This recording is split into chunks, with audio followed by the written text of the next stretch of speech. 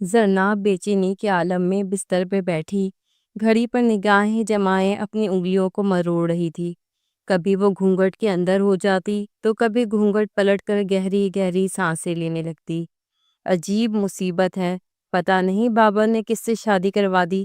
رات کے 2 بجنے والے ہیں، اب تک کمرے میں آنے کا ہوش نہیں ہے۔ خود کلامی کرتے ہوئے وہ اپنے ہاتھوں پہ لگی مہندی دیکھنے لگی۔ اسے مہندی سے عشق تھا اور اپنی شادی کے موقع پر اس نے بھر بھر کے مہندی لگوائی تھی۔ پیروں پر بھی پوری طرح مہندی رچی ہوئی تھی۔ وہ مسکرائی اور سوچنے لگی کہ اس کا شوہر اسے دیکھ کر نہ صرف اس کا عاشق بن جائے گا بلکہ اتنی حسین مہندی اور اس کے رنگ پر فدا ہو جائے گا۔ مگر اسے کیا پتا تھا کہ آنے والے کو مہندی سے الرجی تھی۔ دھیرے دھیرے گھڑی کی سوئیاں سرک رہی تھیں۔ زرناب کی بے چینی کا عالم بھی بڑھتا ہی جا رہا تھا، لیکن اس کا شوہر تھا کہ کمرے میں آنے کا نام نہیں لے رہا تھا۔ تنگ آ کر اس نے گلے میں پہنا ہار ڈھیلا کیا اور گھونگھٹ کو پوری طرح ایک طرف اتار کر رکھ دیا۔ اے سی چلنے کے باوجود اتنے بھاری جوڑے میں اسے بے انتہا گرمی کا احساس ہو رہا تھا۔ اس نے سوچ لیا تھا کہ اگر تھوڑی دیر اور اس کا شوہر نہ آیا تو وہ اٹھ کر شاور لے لے گی اور کپڑے تبدیل کر لے گی، لیکن اسی لمحے کمرے کے دروازے پہ کھڑک کی آواز آئی اور ساتھ ہی دروازہ کھل گیا۔ اس نے جلدی سے دوپٹہ اٹھایا اور گھونگھٹ ڈال لیا۔ ویسے تو وہ شرمیلی ہرگز بھی نہیں تھی، لیکن ابھی وقت اور موقع ایسا تھا کہ خود بخود شرم و حیا کے پردوں میں ڈھکنے لگی تھی۔ دل کی دھڑکنیں منتشر ہو رہی تھی۔ وہ نہیں جانتی تھی کہ آنے والے لمحوں میں کیا ہوگا۔ ایک ایسا شخص جس کا اسے صرف نام ہی معلوم تھا اب اس کی زندگی کا مالک بن بیٹھا تھا۔ اپنے بابا کے سمجھانے پر اس نے یہ شادی کی تھی کیونکہ وہ بے انتہا بیمار تھے اور اپنی ذمہ داریوں سے سبکدوش ہونا چاہتے تھے۔ بس اس لیے اس نے بنا لڑکے کو دیکھے ہی حامی بھر لی تھی۔ اسے یقین تھا کہ اس کے بابا نے اس کے لیے ایک پرفیکٹ میچ ہی تلاش کیا ہوگا۔ قدموں کی آہٹ اس کے نزدیک بڑھ رہی تھی اور ساتھ ہی ساتھ دل کی دھڑکنیں اسے کانوں میں سنائی دینے لگی۔ زارون جو کمرے میں داخل ہوا تھا، سامنے بیٹھی دلہن کو دیکھ کر ایک مدھم مسکراہٹ اس کے چہرے پر پھیل گئی۔ اپنی ماں کی مرضی پر اس نے بخوشی ان کی پسند کو قبول کیا تھا، لیکن جیسے ہی اس کی نظر مہندی سے رچے ہاتھوں پر پڑی تو اسے اکائی سی آنے لگی۔ بڑی مشکل سے اس نے خود کو سنبھالا۔ اس نے اپنی ماما کو خصوصاً ہدایت کی تھی کہ دلہن کو مہندی لگانے سے منع کریں، اور جہاں تک اسے معلوم تھا اس کی ماں نے ایسا کیا بھی تھا، لیکن پھر بھی دلہن کے ہاتھوں پہ مہندی رچی ہوئی تھی۔ اس کے لیے سانس لینا بھی دوبھر ہو رہا تھا۔ پھولوں کی خوشبو سے کہیں زیادہ اسے مہندی کی خوشبو محسوس ہو رہی تھی۔ دھیرے دھیرے چلتا وہ اپنی دلہن کے قریب آیا۔ مہندی پہ اس کا نام رچا ہوا تھا۔ اپنا نام دیکھ کر بے ساختہ اس کے لبوں پر مسکراہٹ آ گئی۔ ہاں، البتہ مہندی کی خوشبو ناقابل برداشت ہوتی چلی گئی۔ مجھے مہندی کی خوشبو سے الرجی ہے، نہ چاہتے ہوئے بھی وہ بے ساختہ ہی کہہ اٹھا تھا، کیونکہ اب اسے لگ رہا تھا کہ کسی بھی لمحے اسے الٹی ہو جائے گی۔ اس کی آواز زرناب کے کانوں میں پڑی تو وہ کچھ لمحے کے لیے چونک گئی۔ یہ آواز، یہ لہجہ بہت جانا پہچانا سا تھا، لیکن اس لہجے سے کہیں زیادہ تکلیف ان لفظوں سے ہوئی تھی۔ وہ مہندی کی عاشقہ تھی اور سامنے والے کی طبیعت مہندی کی خوشبو سے ہی ناساز ہو رہی تھی۔ I'm really sorry، پلیز برا مت مانیے گا، لیکن ماما کو کہا تھا میں نے کہ آپ کو منع کریں مہندی لگوانے کے لیے۔ میرے لیے سانس لینا بھی مشکل ہو رہا ہے۔ چہرے پہ رومال رکھتے ادیب نے بڑی بیزاری سے بات پوری کی تھی، اور پھر جیب میں ہاتھ ڈال کر وہ مخملی ڈبیا نکال لایا جسے وہ کافی دیر سے سنبھال رہا تھا۔ زرناب کی آنکھوں میں نمی گھلنے لگی تھی۔ یقیناً ساری زندگی کے لیے اسے اپنے اس شوق سے محروم ہو جانا تھا۔ اسے اپنے آپ پر غصہ آنے لگا کہ شادی سے پہلے اگر ایک بار لڑکے سے ملاقات کر لیتی تو کیا چلا جاتا؟ کم از کم اس کی پسند اور ناپسند کا علم تو زرناب کو ہو ہی جاتا۔ مگر اب پچھتاوے کیا ہو جب چڑیا چگ گئی کھیت۔ اب تو شادی بھی ہو چکی تھی اور وہ دلہن بن کر بیٹھی بھی تھی۔ اریب کی نگاہیں چاروں طرف گھومتے ہوئے اس کے دودیا ہاتھ پیروں سے ہوتی ہوئی اس کے گردن پر جا ٹھہری۔ گھونگھٹ کے پار سے اس کی سراہی دار گردن نظر آ رہی تھی، جس پر سرخ رنگ کا یاقوت جڑا سیٹ مزید غضب بھا رہا تھا۔ اریب کا دل اپنی دلہن کو دیکھنے کے لیے بے چین ہونے لگا۔ وہیں زرناب کے جذبات میں بھی عجیب سی ہلچل مچنے لگی۔ ہاتھوں پیروں کو اپنے آپ میں سمیٹتی وہ اس وقت بے تحاشا نروس ہو رہی تھی۔ حالانکہ وہ اپنے آپ میں ایک کانفیڈنٹ لڑکی تھی، لیکن یہ وقت ہی ایسا تھا کہ اس کے اندر جھجک اور حیا سمٹ آئی تھی۔ اریب نے بنا کسی تاخیر کے مخملی ڈبیا کو کھولا، ڈائمنڈ رنگ دیکھتے ہوئے مسکرا دیا۔ ان خوبصورت ہاتھوں پر یہ رنگ واقعی بہت جچتی تھی۔ یہ سوچتے ہوئے اس نے رنگ زرناب کی طرف بڑھائی۔ زرناب نے ہاتھ بڑھا کر تحفہ قبول کیا، اور جیسے ہی ریڈینٹ شیپ کی ڈائمنڈ رنگ دیکھی، اس کی آنکھیں چمک اٹھی۔ اسے یہی شیپ بہت پسند تھی۔ بہت آہستگی سے اس نے تھینک یو کہا۔ اس کے اس تھینک یو پر اریب ایک لمحے کے لیے ٹھٹک گیا۔ اس آواز کو وہ پہلے بھی سن چکا تھا، اور یہی سوچتے ہوئے اریب نے گھونگھٹ پلٹا دیا، اور اگلا لمحہ ان دونوں پر قیامت ڈھا گیا۔ تم دونوں کے منہ سے بے ساختہ ایک ہی لفظ ادا ہوا تھا۔ اریب جھٹکا کھا کر بستر سے اٹھ کھڑا ہوا، اور وہیں زرناب نے گھونگھٹ اتار کر ایک طرف پھینک دیا۔ آنکھوں میں نفرت اور حقارت کے شعلے بلند ہو رہے تھے، اور اریب کا حال بھی کچھ مختلف نہ تھا۔ مٹھیاں بھیجتے وہ نفرت سے زرناب کو دیکھ رہا تھا، جو اس کے نام پر سجی سنوری بیٹھی تھی۔ زرناب کو تو ایسا شوق لگا تھا کہ مزید الفاظ اس کے حلق میں ہی دم توڑ گئے۔ جس انسان سے اس نے سب سے زیادہ نفرت کی تھی، وہی اس کا شوہر بن بیٹھا تھا۔ اسے اپنے آپ پر یقین ہی نہیں آ رہا تھا کہ یہ کیسے ممکن ہے کہ اس نے اریب غازی سے نکاح کر لیا، اور اسے خبر بھی نہ ہو سکی۔ تم نے جانتے بوجھتے مجھ سے شادی کی ہے نا؟ زرناب نے بڑی مشکل سے اپنا غصہ لفظوں میں بیان کیا تھا۔ میرا دماغ خراب ہے جو تم جیسی جنگلی بلی کالی چڑیل سے شادی کروں گا۔ شکل دیکھی ہے آئینے میں؟ تم سے نفرت ضرور کرتا ہوں، لیکن اس نفرت میں اپنی زندگی کو جلا کر راکھ نہیں کر سکتا۔ یقیناً یہ تمہارا کیا دھرا ہے۔ تم نے جانتے بوجھتے مجھ سے شادی کی ہے نا؟ تمہیں کیا لگا تھا کہ بہت آسانی سے میری زندگی خراب کر دو گی؟ لیکن یاد رکھنا، میں اریب غازی ہوں، اتنی آسانی سے تمہارے آگے جھکنے والا نہیں ہوں۔ اریب کا لہجہ بھی آگ اگل رہا تھا۔ او مسٹر، دماغ ٹھیک ہے تمہارا؟ تمہیں کیا لگتا ہے تم اتنے امپورٹنٹ ہو میرے لیے کہ تم سے بدلہ لینے کے لیے میں تم سے شادی ہی کر لوں گی؟ میرے بابا نے تمہیں پسند کیا۔ کاش کہ میں نے شادی سے پہلے ایک بار تم سے ملاقات کر لی ہوتی، تو تمہارے منہ پر دوبارہ تھوکنا بھی پسند نہ کرتی۔ وہ بھی بستر سے اٹھ کھڑی ہو گئی تھی۔ گلے میں پہنا خوبصورت نیکلس اتار کر ایک طرف پھینک دیا، بالوں کے جوڑے کو غصے سے کھینچ کر کھولا، اور اریب کی آنکھوں میں آنکھیں ڈال کر اسی کے انداز میں جواب دے دیا۔ زرناب کے جملوں پہ اریب تلملا اٹھا، تیزی سے اس کے قریب آ کر اس کا بازو سختی سے جکڑ لیا۔ کیا کہا تم نے؟ مجھ پر تھوکنا بھی پسند نہیں تمہیں؟ ریئلی؟ مت بھولو کہ اب تم میری بیوی ہو، میرے نکاح میں اور میرے کمرے میں۔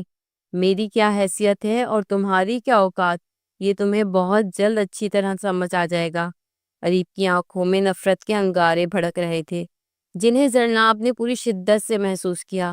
حلق میں تھوک نگلتے ہوئے اس نے خود کو سنبھالا اور جھٹکے سے اپنا ہاتھ اریب کی گرفت سے چھڑوا لیا۔ کیا لگتا ہے تمہیں زور زبردستی کرو گے میرے ساتھ؟ بھول گئے ہو کیا کہ کس طرح میں نے تمہارے منہ پر تھپڑ مارا تھا اور تمہیں تمہاری اوقات یاد دلائی تھی؟ اس لیے میرے سامنے اپنی حیثیت کی بات نہ کرنا، ورنہ ایسا حشر کروں گی کہ تم یاد رکھو گے۔ ساری ہمت سمیٹ کر زرناب نے اسے ماضی کی طرح پھر دھمکایا۔ اوہ آئی سی! اریب کی آنکھوں میں طنز اور زہر بھر گیا۔ لگتا ہے اس دن کی طرح پھر پولیس بلوانے کا ارادہ ہے۔ چلو بلواؤ پولیس، کر لو یہ شوق بھی پورا۔ لیکن کیا بتاؤ گی انہیں کہ تمہیں اپنا شوہر پسند نہیں، یا پھر یہ کہ تم نے اپنے باپ کے کہنے پر آنکھیں بند کر کے مجھ سے شادی کر لی؟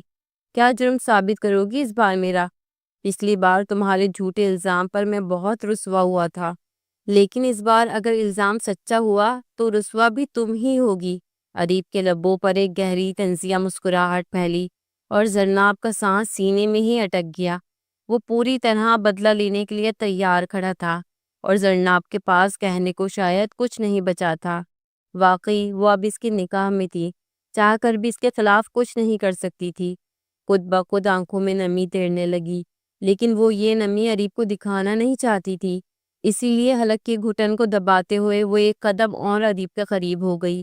اپنا ہر شوق پورا کر کے دیکھ لو اریب غازی، زرناب شاہ کے آگے زیادہ دن ٹھہر نہیں سکو گے۔ تمہارا وہ حشر کروں گی کہ یاد رکھو گے۔ جس طرح یونیورسٹی میں سب کے سامنے تمہیں تمہاری اوقات یاد دلائی تھی نا، اسی طرح تمہارے خاندان میں تمہیں 2 کوڑی کا کر کے رکھ دوں گی، کیونکہ تمہاری یہی حیثیت ہے۔ آنکھوں میں آنکھیں ڈالے زرناب نے اریب غازی کو چیلنج کرنے کی غلطی کر دی تھی۔ وہ بھول گئی تھی کہ اس واقعے کو اب 2 سال گزر چکے ہیں، اور ان 2 سالوں میں اریب غازی پوری طرح بدل چکا تھا۔ وہ کمزور نوجوان نہیں رہا تھا جسے یونیورسٹی میں زرناب نے آسانی سے زیر کر لیا تھا، بلکہ اب وہ ایک طاقتور بزنس مین اور اس کے سر کا سایہ اس کا مجازی خدا بن چکا تھا۔ زرناب اسے نظر انداز کرتے ہوئے کمرے سے باہر نکلنے کے لیے آگے بڑھی ہی تھی کہ اریب نے اچانک سے اسے کھینچ کر اپنے بازوؤں میں جکڑ لیا، کمر سے تھامتے ہوئے اسے بالکل اپنے قریب کر لیا۔ زرناب کا چہرہ اریب کے اتنا قریب تھا کہ وہ اس کی سانسوں کی حدت تک محسوس کر سکتی تھی۔ سانس روک کر وہ اریب کی آنکھوں میں جھانکنے لگی، جہاں جذبات کا ایک طوفان ٹھاٹے مار رہا تھا۔ تم آج بھی ویسی کی ویسی ہو، صرف اپنی کہنے اور سننے والی۔ اریب کی آواز مدھم مگر گونجتی ہوئی تھی۔ اپنے حصے کی بات تم کہہ چکی ہو، اب میری بھی سن لو۔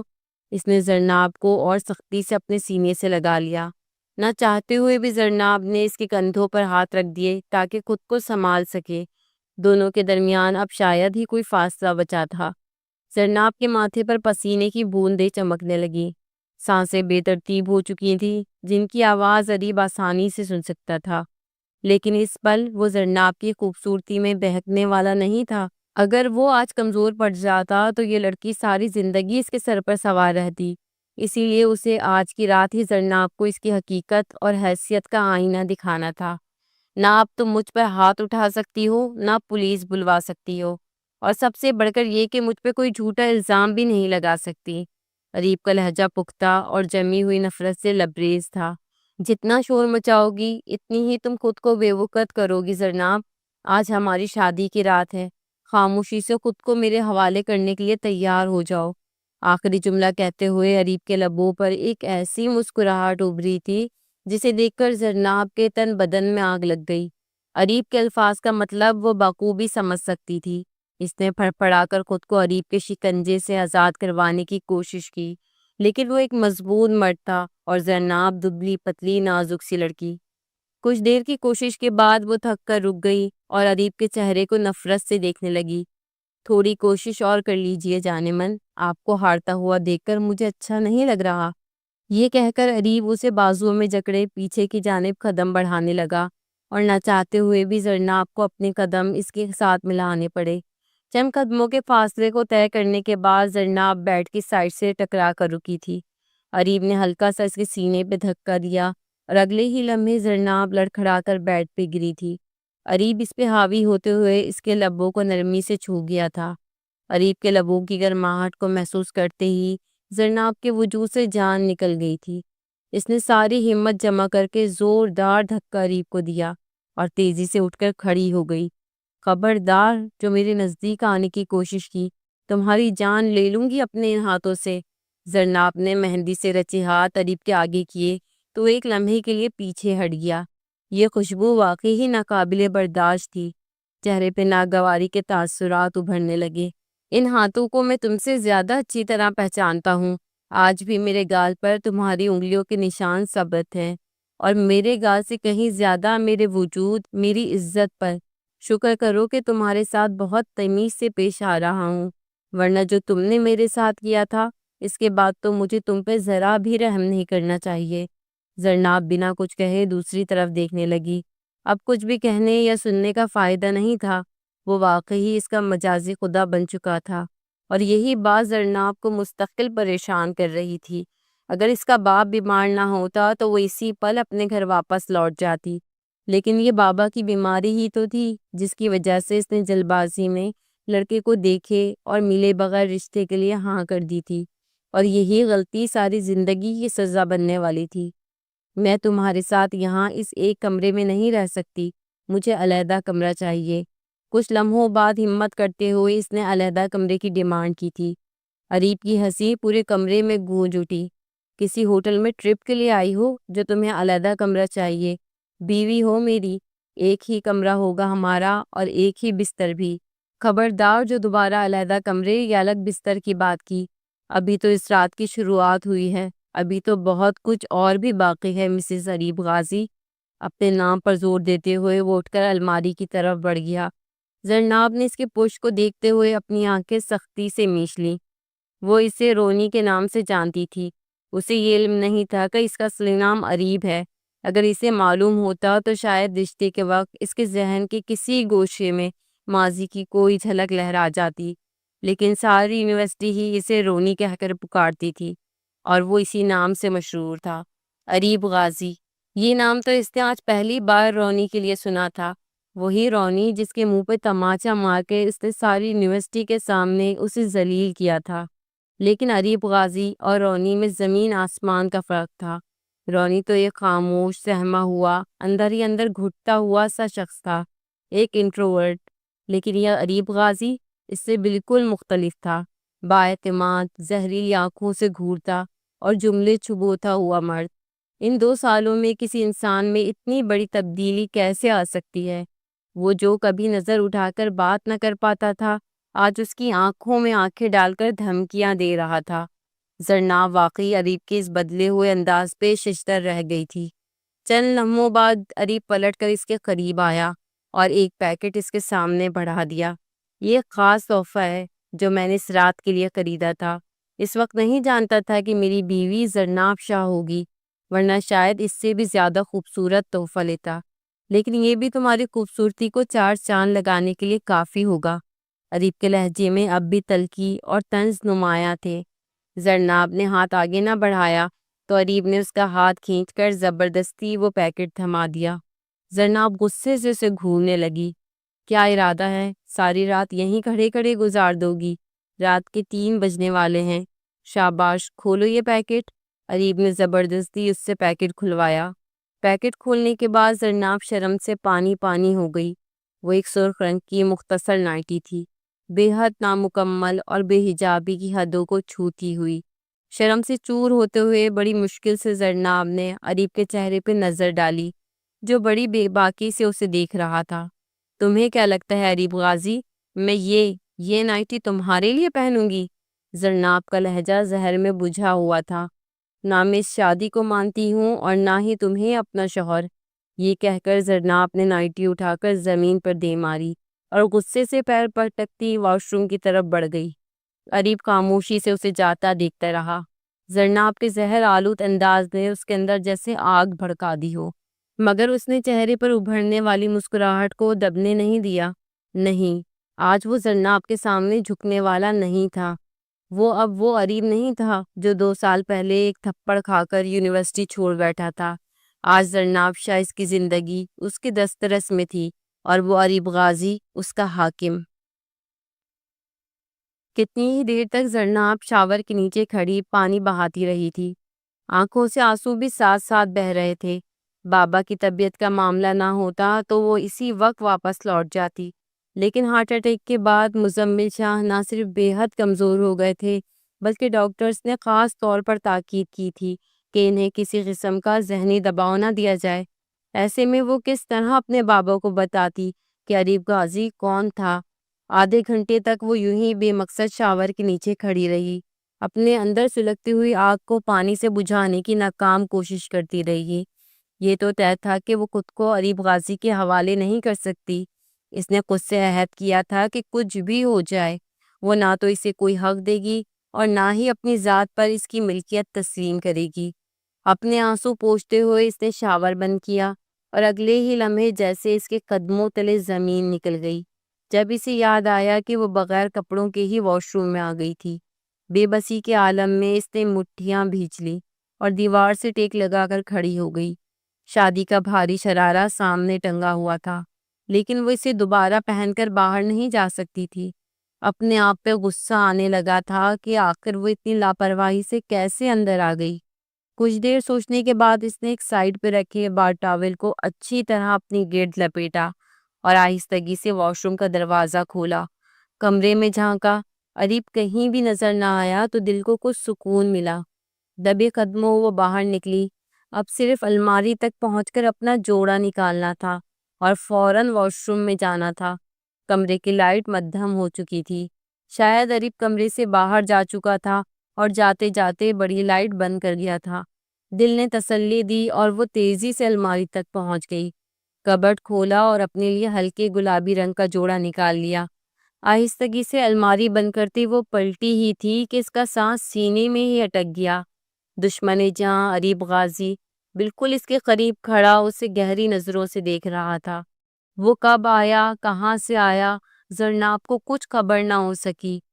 میں نے تو آپ کو نائٹی کی پیشکش کی تھی، لیکن آپ تو بار ٹاول میں ہی آ گئی۔ ایسے بھی بہت حسین لگ رہی ہیں، اریب نے اپنے لفظوں پہ زور دیتے ہوئے کہا، اور پھر اس کے ہاتھ سے وہ گلابی جوڑا چھین کر ایک طرف پھینک دیا۔ مجھے نہیں لگتا کہ آج کی رات اس کی بھی کوئی ضرورت ہے، اس نے سرد لہجے میں کہا، اور اگلے ہی لمحے زرناب کو اپنی باہوں میں اٹھا لیا۔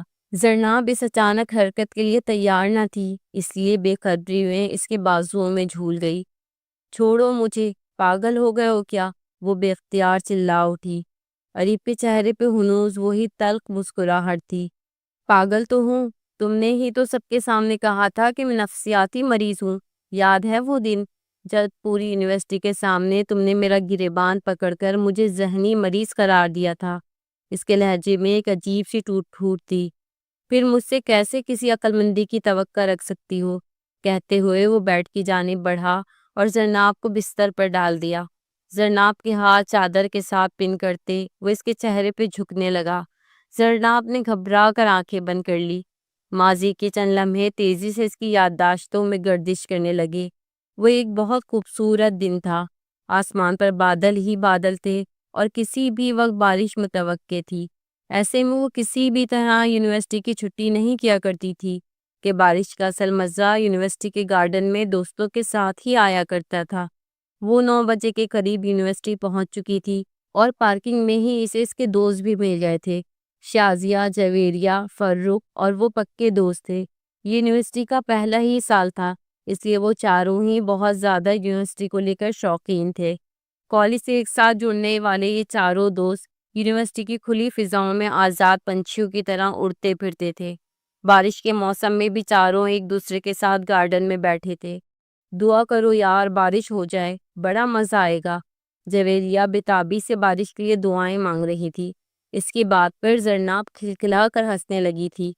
اگر بارش ہو گئی تو مزہ تو بہت آئے گا، لیکن واپسی میں بڑی پریشانی ہو جائے گی۔ پتہ تو ہے نا راستوں کا کیا حال ہو جاتا ہے۔ زرناب کا گھر یونیورسٹی سے سب سے زیادہ دور تھا، اسی لیے اسے واپسی کی فکر بھی اتنی ہی تھی جتنی بارش انجوائے کرنے کی خوشی۔ بارش تو ہو جانے دو، تمہیں واپسی کی فکر پڑی ہے، یہ بادل اکثر دھوکہ دیتے ہیں۔ فرخ نے مسکراتے ہوئے اپنے تینوں دوستوں کی طرف دیکھا جو بارش کو لے کر ہمیشہ ہی دیوانی رہا کرتی تھی۔ وہ لڑکا دیکھ رہی ہو زرناب، لاسٹ ایئر میں ہے وہ، سنا ہے پڑھائی میں بہت ہی زیادہ اچھا ہے اور آدھی یونیورسٹی اس کے نوٹس پر عیش کرتی ہے۔ بے وقوف سا لگتا ہے۔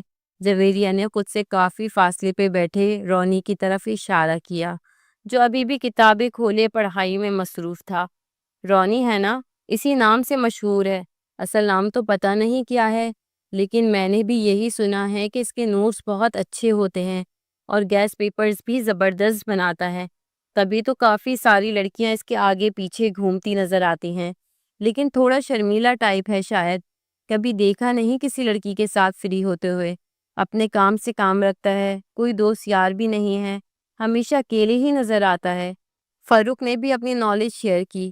کیا ہو گیا ہے تم لوگوں کو؟ ہمیں کیا لینا دینا اس رونی سے؟ عجیب کتوں جیسا نام ہے، ویسے بھی جو اتنا سیدھا سادہ اور شریف دکھتا ہے نا، وہ اتنا ہی زیادہ کمینہ ہوتا ہے۔ لکھ لو میری بات، یہ ہرگز بھی اتنا شریف نہیں ہوگا۔ جان بوجھ کر لڑکیوں کو پھنسانے کے لیے طریقے ہوتے ہیں ایسے لڑکوں کے۔ زرناب نے منہ بنا کر دور بیٹھے اس لڑکے کو دیکھا جو سر جھکائے کتابوں میں مصروف تھا۔ اس کی بات پر سبھی دوست سر ہاں میں ہلا کر رہ گئے، اور تھوڑی ہی دیر بعد شدت سے بارش شروع ہو گئی اور اتنی تیز کہ سامنے کا منظر دھندلا گیا۔ وہ جو کچھ دیر پہلے بارش کی دعائیں مانگ رہے تھے اب اس سے بچنے کے لیے پناہ گاہ تلاش کر رہے تھے۔ تھوڑی ہی دیر بعد وہ کوریڈور میں کھڑے تھے اور بس بارش کو دور سے ہی دیکھ رہے تھے۔ یار زرناب، سوچا تھا بارش انجوائے کریں گے، یہ تو بارش کے ساتھ ساتھ اولے بھی پڑنے لگے ہیں۔ جویریہ کا مزاج اس بارش کو دیکھ کر خراب ہو گیا تھا۔ اسے بارش پسند تھی لیکن اتنی تڑاکے دار نہیں۔ مجھے لگتا ہے ہمیں گھر واپسی کے لیے نکلنا چاہیے، ایسا نہ ہو کہ آگے راستے بھی بند ملنا شروع ہو جائے۔ ویسے بھی تقریباً سبھی لوگ اس وقت واپس گھر جا رہے ہیں، اب تو کلاسز بھی نہیں ہونی۔ فاروق نے ان تینوں کو واپسی چلنے کا کہا تو وہ بھی راضی ہو گئی۔ شازیہ اور جویریہ فاروق کے ساتھ پبلک ٹرانسپورٹ میں جاتی تھیں، اس لیے انہیں واپسی کی زیادہ جلدی تھی، جبکہ زرناق کچھ دیر اور ٹھہرنا چاہتی تھی۔ اسے سر اسلم سے اپنے اسائنمنٹ کے بارے میں کچھ ڈسکس کرنا تھا۔ تم تینوں چلے جاؤ، میں بس سر اسلم سے اپنا اسائنمنٹ ڈسکس کر لوں، پھر نکلتی ہوں۔ اس نے ان تینوں کو جانے دیا اور خود کوریڈور پار کر کے سر اسلم کے آفس پہنچ گئی، لیکن اس سے پہلے کہ وہ آفس کے اندر جاتی، کسی کی آواز نے اسے روکا۔ پلٹ کر دیکھا تو وہ رونی تھا، جو تیزی سے اس کے نزدیک چلا آیا تھا۔ میڈم، آپ یہاں کیا کر رہی ہیں؟ تقریباً سبھی لڑکیاں نکل چکی ہیں، آپ کو بھی واپس جانا چاہیے۔ نہ جانے کیوں وہ اس سے مخاطب ہو رہا تھا اور اسے واپس جانے کا کہہ رہا تھا۔ زرناب نے غصے سے اسے گھورا۔ آپ کون ہوتے ہیں مجھے ڈکٹیٹ کرنے والے؟ مجھے بھی پتا ہے مجھے کیا کرنا ہے، اکیلی لڑکی دیکھی نہیں کہ آ گئے لائن مارنے۔ غصے سے کہتی وہ سر اسلم کے کمرے میں داخل ہوئی تھی۔ اسے تو پہلے ہی یقین تھا کہ رونی جو سیدھا سادہ دکھتا تھا وہ ہرگز بھی شریف نہیں تھا، اور اب تو ثابت بھی ہو گیا تھا کہ اسے تنہا دیکھتے ہی وہ گرتا پڑتا اس کے پاس چلا آیا تھا۔ غصے میں وہیں منہ میں بڑبڑاتے وہ کمرے میں داخل ہوئی تو اسے سر اسلم کہیں نظر نہ آئے، لیکن بدقسمتی سے اسی وقت لائٹ چلی گئی۔ شاید بارش کی وجہ سے بلیک آؤٹ ہوا تھا۔ کمرے میں پوری طرح اندھیرا چھا گیا اور اسے کچھ نظر نہ آنے لگا۔ یہاں وہاں ہاتھ مارتے وہ آگے پیچھے ہونے لگی۔ دروازہ کھلنے اور بند ہونے کی آواز سنائی دی تھی، لیکن کون اندر آیا تھا اسے اندازہ نہیں ہو سکا تھا، اور اتنے میں اچانک ہی کسی نے اسے کمر سے پکڑ کر سختی سے جکڑ لیا۔ اس سے پہلے کہ وہ خود کو چھڑا پاتی، اس کے منہ پر بھی سختی سے ہاتھ جما دیا گیا، اور پھر اسے اپنی گردن پہ دہکتے انگارے محسوس ہوئے۔ کسی نے اپنے لبوں سے اس کی سانسوں کو چھینا تھا۔ وہ کسی پنجرے میں قید پرندے کی طرح پھڑپڑانے لگی۔ دل خوف سے پوری طرح کانپ اٹھا۔ سمجھ نہیں آ رہا تھا کہ وہ خود کو کس طرح سے آزاد کروائے۔ سر اسلم کا آفس ویسے بھی سب سے الگ ہٹ کر بنا ہوا تھا، اور اس طرف تو لوگوں کا رش بھی نہیں تھا۔ پھر اچانک اس کے ذہن میں رونی کا تصور ابھرا تھا۔ وہی تو تھا جو اس کے پیچھے یہاں تک آیا تھا۔ شاید اسے معلوم تھا کہ سر اسلم کمرے میں نہیں تھے۔ اس نے پیپر ویٹ اٹھا کر تیزی سے اپنے پیچھے کھڑے شخص کے سر پر دے مارا۔ لمحے کی اذیت میں اس انسان نے زرناب کو چھوڑا تھا، اور زرناب گرتے پڑتے باہر کی طرف دوڑی تھی۔ کمرے سے نکلتے ہی روشنی نے اس کی آنکھوں کو چندھیا دیا۔ وہ بس تیزی سے آگے کی طرف بڑھتی چلی جا رہی تھی، اور پھر کوریڈور کے کھلے حصے میں آ کر اس نے ٹھہر کر گہرے گہرے سانس لینا شروع کیے۔ سمجھ نہیں آ رہا تھا کہ یہ کیا ہوا تھا۔ وہ خوفزدہ نظروں سے یہاں وہاں دیکھ رہی تھی۔ لڑکیاں تو نظر نہیں آ رہی تھی، لیکن کافی سارے لڑکے ارد گرد موجود تھے، جو شاید واپسی کے لیے ہی نکل رہے تھے۔ وہ اپنے سینے پہ ہاتھ رکھے اپنی دھڑکنوں کو سنبھالنے کی کوشش کر رہی تھی کہ اچانک پیچھے سے قدموں کی آواز سنائی دی۔ اس نے پلٹ کر دیکھا تو سانس سینے میں ہی اٹک گیا۔ وہ رونی تھا، جو سر اسلم کے کمرے کی طرف سے ہی آ رہا تھا۔ چند سیکنڈز میں ہی اس کے دماغ نے فیصلہ کر لیا تھا کہ وہ رونی ہی تھا جس نے موقع کا فائدہ اٹھایا تھا۔ وہی انسان جو دنیا کو سیدھا سادہ نظر آتا تھا، اس کی تنہائی کا فائدہ اٹھا کر اسے استعمال کرنا چاہتا تھا۔ رونی جیسے ہی اس کے نزدیک آیا، بنا سوچے سمجھے زرناب نے اس کا گریبان پکڑ لیا۔ بے شرم، بے حیا انسان! اس نے اتنی زور سے رونی کا گریبان کھینچا تھا کہ دو بٹن ٹوٹ گئے تھے، اور رونی ہکا بکا سا اسے دیکھ رہا تھا۔ کیا ہو گیا ہے میڈم آپ کو؟ زیادہ معصوم بننے کی ضرورت نہیں ہے۔ سر اسلم کے کمرے میں جو تم نے میرے ساتھ کیا ہے، اس کے بعد تمہیں یہ شرافت کا لبادہ اڑنے کی ضرورت نہیں۔ اس کے گریبان کو نوچتے زرناب نے ایک زوردار تھپڑ اس کے منہ پر دے مارا تھا۔ ارد گرد موجود اسٹوڈنٹس اس کی آواز پر پہلے ہی جمع ہو چکے تھے۔ اب اس تھپڑ کے بعد تو رش میں اور اضافہ ہو گیا تھا، لیکن زرناب رکی نہیں تھی۔ اس نے ایک اور تماچا رونی کے منہ پر دے مارا تھا، اور اس بار یہ تماچا دیکھنے کے لیے وہاں کافی لوگ موجود تھے۔ رونی نے بڑی تیزی سے اپنا گریبان زرناب سے آزاد کروایا۔ کیا مسئلہ ہے آپ کے ساتھ؟ آپ عورت ہیں اس لیے میں احترام کر رہا ہوں، لیکن اس کا یہ مطلب نہیں کہ آپ مجھ پر ہاتھ اٹھائیں۔ غصے اور نفرت سے کہتا وہ ایک قدم پیچھے ہوا تو زرناب نے اس کے چہرے پر تھوک دیا، اپنا یہ شرافت کا ڈھونگ اپنے پاس رکھو، اور آپ سب بھی اچھی طرح سن لے، یہ جو اتنا شریف نظر آتا ہے نا، یہ انتہائی بے غیرت اور بے ضمیر مرد ہے۔ اس نے موقع کا فائدہ اٹھا کر میری عزت پہ ہاتھ ڈالنے کی کوشش کی ہے۔ زرناب کے الفاظ پر وہاں موجود سبھی لوگوں کے منہ حیرت سے کھلے کے کھلے رہ گئے تھے، جبکہ کچھ ایسے ہی حال رونی کا بھی تھا۔ دماغ خراب ہو گیا ہے آپ کا؟ کس قسم کی فضول باتیں کر رہی ہیں؟ میں نے تو کہا تھا آپ سے کہ موسم ٹھیک نہیں، اپنے گھر جائیں۔ رونی خود کو بچانے کی کوشش کرنے لگا۔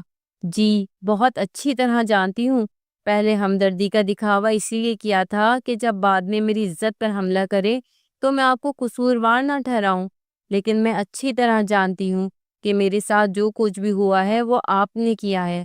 اپنی گردن کی طرف اشارہ کرتے ہوئے اس نے رونی اور باقی لوگوں کو بھی وہ نیلا نشان دکھایا تھا، جسے دیکھنے کے بعد لوگوں میں بے چینی سرایت کر گئی تھی۔ سب لڑکے آپس میں سرگوشیاں کرتے ہوئے رونی کو عجیب نظروں سے دیکھ رہے تھے۔ رونی کی آنکھوں میں شرمندگی کے ساتھ ساتھ بے یقینی بھی در آئی تھی۔ وہ لڑکی اس پہ ایسا گندا الزام لگا رہی تھی کہ وہ چاہ کر بھی کسی سے نظریں نہیں ملا پا رہا تھا۔ آپ کو کوئی غلط فہمی ہو گئی ہے میڈم، وہ بہت آہستگی سے بولا، جیسے اس کے الفاظ بھی تھر تھر آ رہے ہوں۔ ہر کسی کی نظریں اس کے وجود کو چیرتی ہوئی محسوس ہو رہی تھی۔ غلط فہمی؟ اور مجھے؟ میں پولیس کو بلاتی ہوں تاکہ ابھی پتہ چل جائے کہ کون صحیح ہے اور کون غلط۔ پولیس کے نام پر رونی کی آنکھوں میں بے چینی کے واضح تاثرات ابھر آئے تھے۔ وہ جانتا تھا کہ یہ بدنامی وہ افورڈ نہیں کر سکتا۔ اس کی 2 بہنیں تھیں جن کا وہ واحد سہارا تھا۔ باپ کے انتقال کے بعد اس نے ہی گھر سنبھالا تھا۔ بابا کے چھوڑے ہوئے چھوٹے سے کاروبار کو چلاتے ہوئے وہ پڑھائی بھی کر رہا تھا تاکہ اپنی بہنوں کو اچھا مستقبل دے سکے، ان کی عزت کے ساتھ شادیاں کر سکے۔ لیکن اگر اس پر کوئی کیس بن جاتا، چاہے جھوٹا ہی کیوں نہ ہو، تو نہ صرف اس کی زندگی برباد ہو جاتی بلکہ اس کی بہنوں کا مستقبل بھی اندھیروں میں ڈوب جاتا۔ اسی لیے اس نے فوراً مداخلت کی، نرمی سے بولنے کی کوشش کرتے ہوئے کہا، دیکھیں میڈم، میں نے کچھ غلط نہیں کیا ہے اور نہ ہی میں سر اسلم کے کمرے میں آیا تھا۔ مجھے نہیں پتا کہ آپ کیا کہہ رہی ہیں اور کیوں کہہ رہی ہیں۔ پلیز پولیس کو مت بلائیں، وہ منت بھرے لہجے میں بولا، لیکن زرناب کی آنکھوں میں اس وقت شعلے بھڑک رہے تھے۔ جانتے ہو نا کہ اگر پولیس آئے گی تو تمہارا گناہ کھل جائے گا، اس لیے بچنا چاہتے ہو، لیکن میں اتنی آسانی سے یہ معاملہ جانے نہیں دوں گی۔ یہ میری عزت کی بات ہے اور ساتھ ہی ہماری یونیورسٹی کے وقار کی بھی۔ وہ اپنا موبائل نکال کر پولیس کو کال ملانے ہی والی تھی کہ اچانک سر اسلم بھی بھیڑ دیکھ کر ان کے پاس آ گئے۔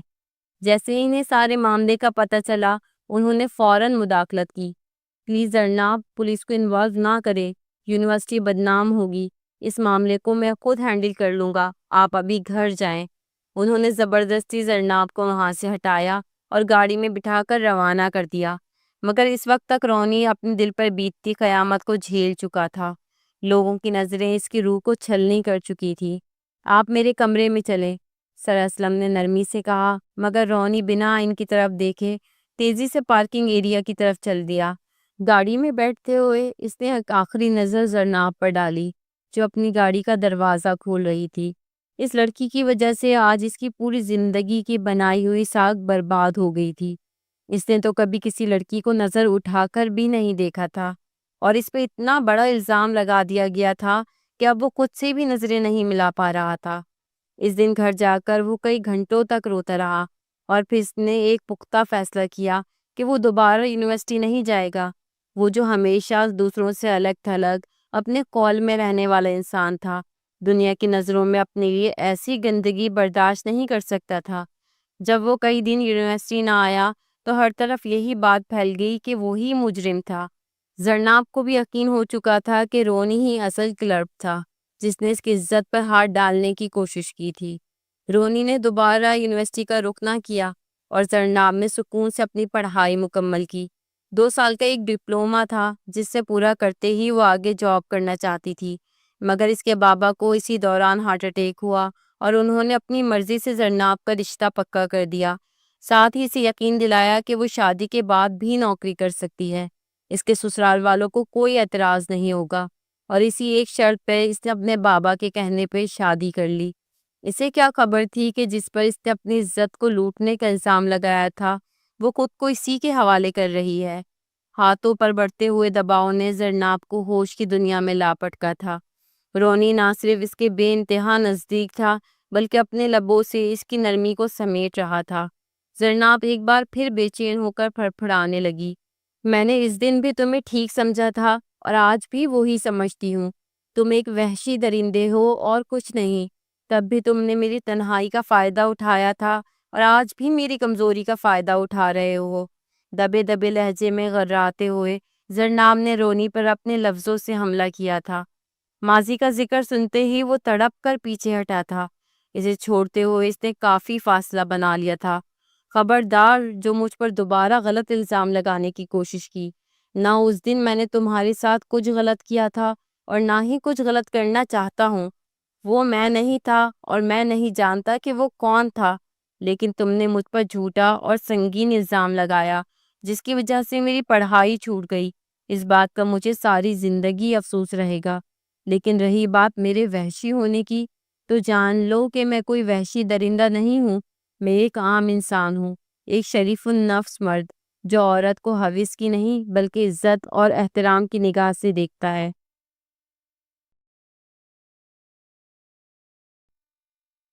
غصے سے کہتے ہوئے اریب کمرے سے باہر نکل گیا تھا اور جاتے جاتے دروازہ زور سے بند کر گیا۔ اس کے جاتے ہی زرداد نے گہرے گہرے سانس لیے اور اٹھ کر بیٹھ گئی۔ سائڈ ٹیبل پہ رکھا پانی اٹھا کر گھونٹ گھونٹ کر کے حلق سے اتارا اور خود کو سنبھالنے کی کوشش کرنے لگی۔ وہ کسی طور یہ ماننے کو تیار نہیں تھی کہ یونیورسٹی میں اس پہ حملہ کرنے والا شخص اریب نہیں تھا، کیونکہ اس وقت وہاں اور کوئی موجود ہی نہیں تھا۔ تو پھر بھلا وہ اور کون ہو سکتا تھا؟ اسے پختہ یقین تھا کہ اریب ہی وہ شخص تھا اور اب وہ اسے بیوقوف بنانے کی کوشش کر رہا ہے۔ اسی سوچ کے بھنور میں ڈوبتی ابھرتی وہ کب نیند کی وادی میں چلی گئی اسے خبر ہی نہ ہوئی۔ دوسری طرف اریب ساری رات یوں ہی گارڈن میں ٹہلتا رہا۔ اس کے دل میں ایک سلگتا ہوا انگارہ چل رہا تھا۔ وہ جانتا تھا کہ زرناب اسے قصوروار سمجھتی ہے، لیکن وہ اسے کیسے بتاتا کہ وہ تو صرف اسے اس کمرے میں جانے سے روکنا چاہتا تھا۔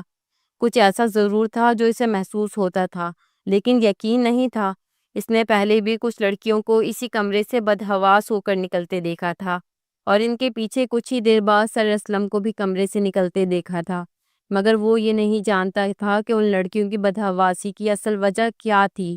اس لیے اس دن جب بارش ہو رہی تھی وہ زرناب کو اس کمرے میں جانے سے روکنا چاہتا تھا، لیکن یہی اس کی سب سے بڑی غلطی بن گئی کہ اس نے زرناب کے ساتھ ہمدردی کی۔ وہ بغیر مکمل سچ جانے سر اسلم پر الزام نہیں لگانا چاہتا تھا، مگر دل کے کسی نہ کسی کونے میں اسے یقین تھا کہ سر اسلم کی نیت میں ضرور کھوٹ ہے۔ ہر گزرتے پل کے ساتھ اریب کا دم گھٹنے لگا تھا۔ وہ یوں ہی فجر تک یہاں وہاں ٹہلتا رہا اور پھر لائبریری میں جا کر سو گیا۔ اس کی دونوں بہنیں جن کی کچھ مہینوں پہلے ہی اس نے ایک ساتھ شادی کی تھی، اس کی شادی پر رہنے کے لیے آئی ہوئی تھی۔ وہ ان کی نگاہوں کا مرکز نہیں بننا چاہتا تھا، اس لیے اس نے خاموشی سے خود کو لائبریری میں بند کر لیا تھا اور پھر صبح سب کے اٹھنے سے پہلے ہی وہ گھر سے باہر نکل گیا تھا۔ صبح کے 10 بجے کے قریب زرناب کی آنکھ کھلی تو وہ کمرے میں تنہا ہی تھی۔ اس نے اٹھ کر ایک نظر سارے کمرے پر ڈالی اور پھر فریش ہو کر نکلی، خود کو ہلکا پھلکا تیار کیا۔ اتنے میں اس کی دونوں نندیں کمرے کا دروازہ نوک کرتی اندر چلی آئیں۔ سعدیہ اور سدرا دونوں ہی بہت پیاری اور سادہ سی لڑکیاں تھیں جو اپنی بھابھی کے آنے پر بے انتہا خوش تھی۔ بھابھی، بھائی کہاں ہیں؟ ان دونوں نے حیرت سے سوال کیا تھا اور زرناب گڑبڑا گئی تھی۔ مجھے نہیں پتا تمہارا بھائی کہاں گیا، اس نے بس آہستگی سے مختصر جواب دیا تھا۔ وہ ان دونوں لڑکیوں کے ساتھ بالکل بھی روڈ نہیں ہونا چاہتی تھی، کیونکہ ان کے چہرے پر جو سادگی اور معصومیت تھی وہ بہت ہی مختلف اور پیاری تھی۔ بھابھی، آپ کو پتا ہے ہمارے بھائی بہت ہی اچھے ہیں۔ بابا کے جانے کے بعد انہوں نے نہ صرف ہم دونوں کو پڑھایا بلکہ ہم دونوں کو ایک ساتھ ہی رخصت بھی کیا۔ ہم دونوں ایک ہی گھر میں شادی ہو کر گئی ہیں۔ دیورانی اور جٹھانی کا رشتہ ہے ہمارا۔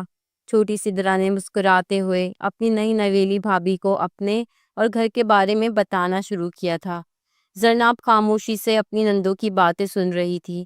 پتہ ہے بھابھی، بھائی اپنی ڈگری مکمل کر کے آگے پڑھنا چاہتے تھے، لیکن پتہ نہیں کیوں ایک دن خاموشی سے انہوں نے اپنی یونیورسٹی چھوڑ دی۔ اس دن بھائی بہت روئے تھے، بہت زیادہ تکلیف میں تھے۔ کئی دن تک انہوں نے کسی سے کوئی بات نہیں کی، بس اپنے کمرے میں بند رہتے۔ لیکن آج بھی جب وہ اسٹڈی روم میں جاتے ہیں تو ان کی آنکھوں میں الگ ہی چمک ہوتی ہے۔ آپ بھائی کو دوبارہ پڑھنے کے لیے راضی کریں نا۔ ہم چاہتے ہیں کہ ہمارے بھائی اپنے ہر ادھورے خواب کو پورا کریں۔ ہم نے اور ماما نے کئی بار جاننے کی کوشش کی کہ بھائی نے پڑھائی کیوں چھوڑ دی، لیکن بھائی نے کبھی بتایا ہی نہیں۔ ماما بھی یہی چاہتی ہیں کہ بھائی اپنی ڈگری مکمل کرے، جو ان کی زندگی کی سب سے بڑی خواہش ہے۔ اب تو آپ آ گئی ہیں نا، آپ بھی ہمارے ساتھ مل کر بھائی کو راضی کریں گی۔ ان دونوں کی بات پر زرناب حیران رہ گئی تھی۔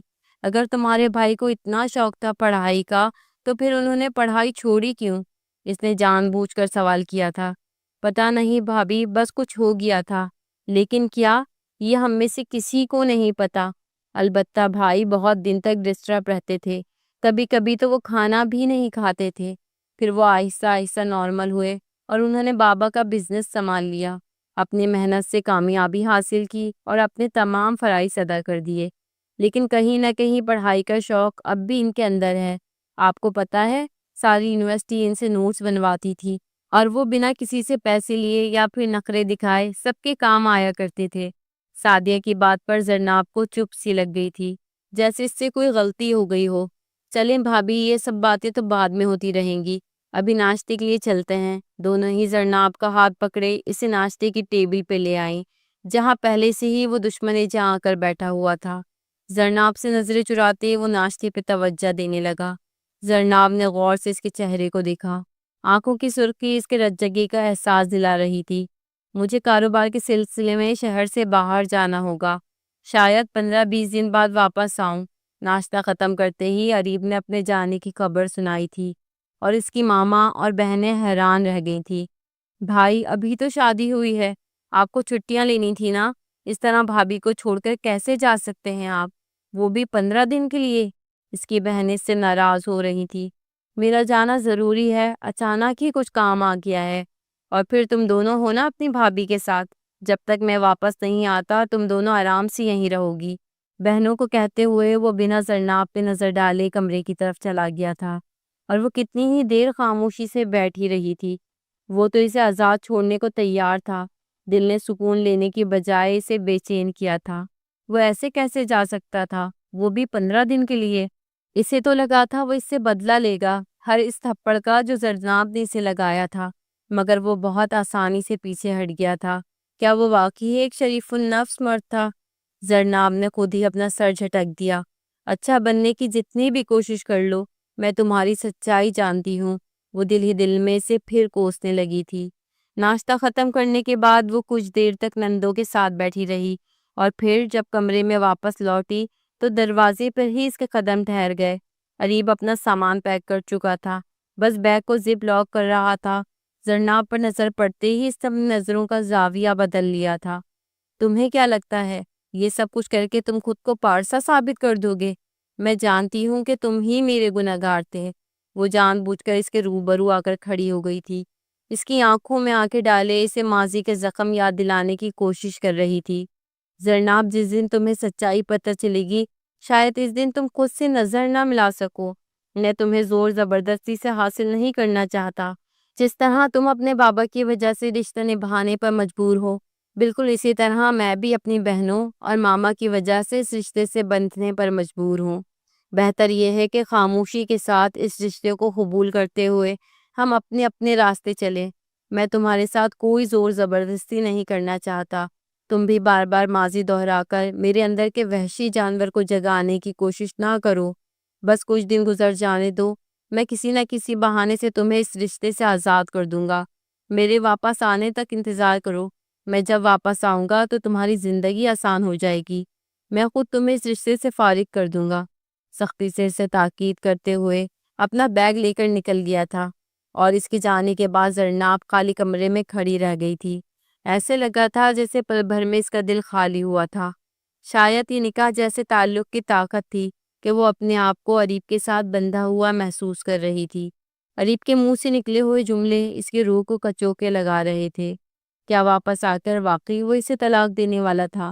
اریب کے جانے کے بعد دن تیزی سے گزرنے لگے تھے۔ اس نے اس نئے گھر میں اپنا دل لگا لیا تھا۔ اس کی دونوں نندیں اس کے ساتھ بہت ہی اچھی تھی۔ وہ اپنے گھر کے بھی چکر لگا چکی تھی۔ اس کے بابا اس کی شادی کے بعد بے انتہا خوش تھے۔ وہ خود کو صحت مند محسوس کر رہے تھے۔ بس یہی بات اسے خوش کرنے کے لیے کافی تھی۔ اور پھر دھیرے دھیرے 10 دن گزر گئے۔ کمرے کی تنہائی اور اریب کی غیر موجودگی کبھی کبھی اسے بے چین کر دیتی۔ اس نے سوچا تھا کہ وہ اتنی جلدی اریب سے طلاق نہیں لے گی، کیونکہ اس کے بابا کی صحت کافی بہتر ہو رہی تھی اور وہ اپنی طلاق سے دوبارہ انہیں کوئی ذہنی تناؤ نہیں دینا چاہتی تھی۔ مگر ایک بات اس کے دل پہ کاری ضرب کی طرح تھی، اور وہ اریب کی بے رخی تھی۔ خاص کر اس وقت جب وہ اپنی بہنوں اور ماں کو فون کرتا، لیکن نہ ہی اس سے بات کرتا اور نہ ہی اسے کوئی فون کرتا۔ کیا وہ اریب کے لیے بالکل بے وقت تھی، یا پھر وہ جان بوجھ کر اسے ٹیز کر رہا تھا؟ وہ اپنی بے چینی کو اریب کے آگے بیان نہیں کرنا چاہتی تھی، اور پھر اس پر وہ سچ کھلا جس نے اس کی دنیا بدل کر رکھ دی۔ اس کے بابا کی کال آئی تھی۔ انہوں نے بتایا کہ اس کے چاچا کی بیٹی رمشا ہاسپٹل میں ایڈمٹ ہے۔ یونیورسٹی کے کسی پروفیسر اسلم نے رمشا کے ساتھ زیادتی کی تھی اور اس کی حالت اب بہت ہی زیادہ خراب تھی۔ سر اسلم کو پولیس پکڑ کر لے گئی ہے، اور اس بات کا انکشاف ہوا کہ انہوں نے پہلے بھی کئی لڑکیوں کے ساتھ اس طرح کیا، لیکن کسی نے بھی ان کے خلاف زبان نہیں کھولی۔ سر اسلم کو پولیس ریمانڈ پر رکھا گیا ہے۔ یہ سن کر زرناب کا دل دھڑکنا بھول گیا۔ ماضی کے وہ پل اس کی آنکھوں کے آگے لہرانے لگے۔ وہ تاریک کمرہ اور کسی کا اسے کس کر پکڑ لینا، اس کا منہ دبانا، اپنی شدتوں کو اس پر نچھاور کرنے کی کوشش کرنا۔ اگر وہ وقت پر پیپر ویٹ سر پر مار کر اس شخص سے خود کو نہ بچاتی تو شاید اس کا حال بھی رمشا جیسا ہوتا۔ تو کیا وہ اریب نہیں بلکہ سر اسلم ہی تھے؟ یہ وہ سوال تھا جس نے اس سے اس کی سانسیں چھین لی تھی۔ وہ جہاں کھڑی تھی وہیں بیٹھتی چلی گئی۔ فون ہاتھ سے گر چکا تھا اور آنکھوں سے آنسو بہنے لگے تھے۔ سامنے دیوار پہ لگی بڑی سی اریب کی تصویر جیسے اس پہ ہنس رہی تھی۔ کچھ لمحوں کی ذہنی اذیت کے بعد اس نے اپنے ہوش کھوئے تھے اور اسے کچھ یاد نہ رہا تھا۔ جب آنکھ کھلی تو ہسپتال کے بستر پر تھی۔ اریب اس کے سامنے کھڑا پریشان تھا۔ اسے ہوش میں آتے دیکھ کے وہ فوراً ہی نزدیک آیا تھا۔ تم ٹھیک ہو زرناب؟ زرناب کے بالوں میں ہاتھ پھیرتے وہ بے چینی سے سوال کر رہا تھا، اور زرناب بس بے چینی سے اسے دیکھتی چلی گئی تھی۔ یہ بھی نہ بتا سکی کہ اس کے دل پر کیا گزر رہی تھی۔ میں جانتا ہوں کہ تم اس رشتے سے خوش نہیں ہو۔ میں نے ڈائیورس پیپر ریڈی کروا لیے ہیں۔ میں تم پہ کوئی آنچ لائے بغیر ہی اس رشتے کو ختم کر دوں گا۔ تم اپنے بابا کی یا میرے گھر والوں کی فکر نہ کرو۔ جو کچھ بھی ہوگا اس سب کی ذمہ داری میرے سر ہوگی۔ تم پلیز ٹینشن نہ لو۔ آہستگی سے کہتے اریب کے لہجے میں نمی گھلنے لگی تھی۔ شاید دل پر پتھر رکھتے وہ ایک بار پھر زرناب کی خاطر خود کو ذلیل کرنے کے لیے تیار تھا۔ زرناب نے گھبرا کر اس کے ہاتھ پکڑ لیے تھے۔ نہیں اریب پلیز، ڈائیورس نہیں چاہیے مجھے۔ وہ تڑپ اٹھی تھی اور اریب حیران رہ گیا تھا۔ مجھ جیسے وحشی درندے کے ساتھ ساری زندگی کیسے گزارا کرو گی؟ دھیمے لہجے میں کہتے وہ اس کے نزدیک ہی بیٹھ گیا۔ میں جان گئی ہوں کہ وہ تم نہیں تھے، وہ سر اسلم تھے۔ بڑی مشکل سے اس نے اس بات کا اعتراف کیا تھا کہ وہ سچائی جان چکی تھی۔ اریب جو اس کی بے ہوشی کی خبر ملنے کے بعد دوسرے شہر سے واپس لوٹا تھا، اس بات سے انجان تھا کہ سر اسلم کا سچ دنیا کے سامنے آ گیا تھا۔ وہ بس حیرت اور پریشانی سے زرناب کو دیکھ رہا تھا۔ سر اسلم اریسٹ ہو گئے ہیں۔ جو کچھ انہوں نے کیا وہ سب کچھ اب دنیا کو پتہ چل چکا ہے۔ میں ہی بے وقوف تھی جو سمجھ نہ سکی۔ تم تو مجھے اس دن ان کے کمرے میں جانے سے بھی روکنا چاہتے تھے۔ میں نے تمہیں ہی قصوروار ٹھہرا دیا۔ مجھے معاف کر دو پلیز۔ وہ روتے ہوئے ہاتھ جوڑے اس سے معافی کی طلبگار تھی۔ اریب تو پہلے ہی دل کے ہاتھوں مجبور تھا، اس لیے تو اس نے طلاق دینے کا فیصلہ کیا تھا کہ وہ مزید زرناب کو تکلیف میں نہیں دیکھنا چاہتا تھا۔ اس کے جڑے ہاتھوں کو فوراً اپنے ہاتھوں میں پکڑتے اریب نے لبوں سے لگا لیا تھا۔ مجھے اندازہ تھا کہ سر اسلم ہی گناہ گار ہیں، لیکن میرے پاس کوئی ثبوت نہیں تھا۔ پھر تم بھی تو کچھ سننا نہیں چاہتی تھی، اس لیے میں نے ان کا نام نہ لیا۔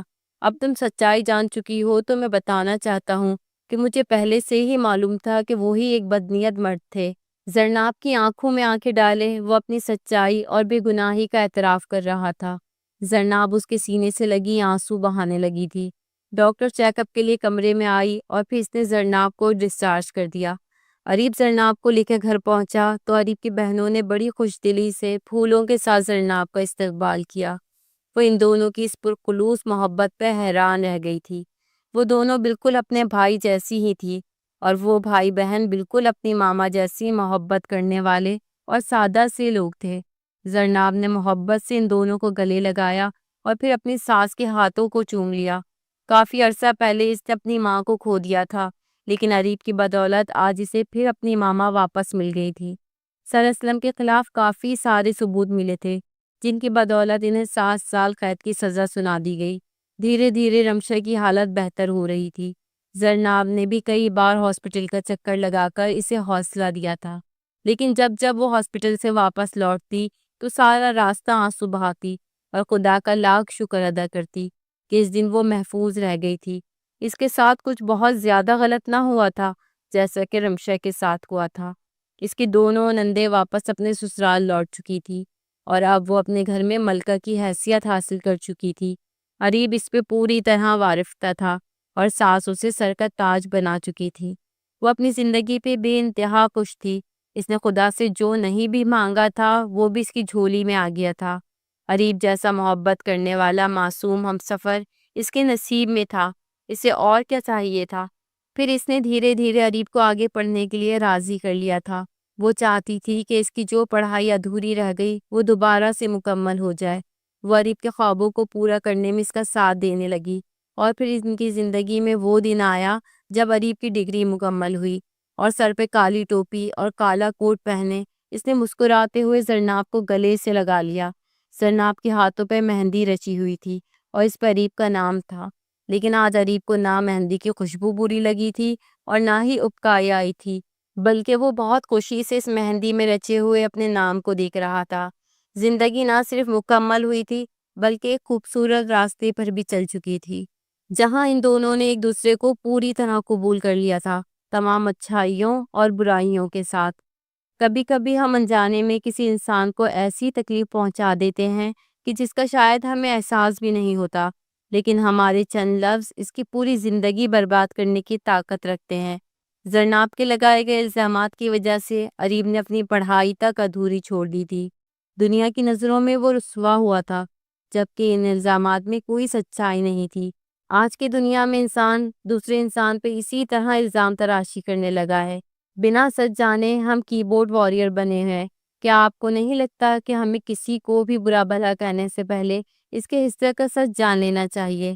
زبان سے نکلے ہوئے الفاظ سانپ کے زہر سے بھی زیادہ طاقتور ہوتے ہیں، اس لیے سوچ سمجھ کے اپنے الفاظ کا چناؤ کیجیے، کسی پر بہتان نہ باندھیے اور وقت رہتے اپنی غلطیوں کا ازالہ کر لیجیے۔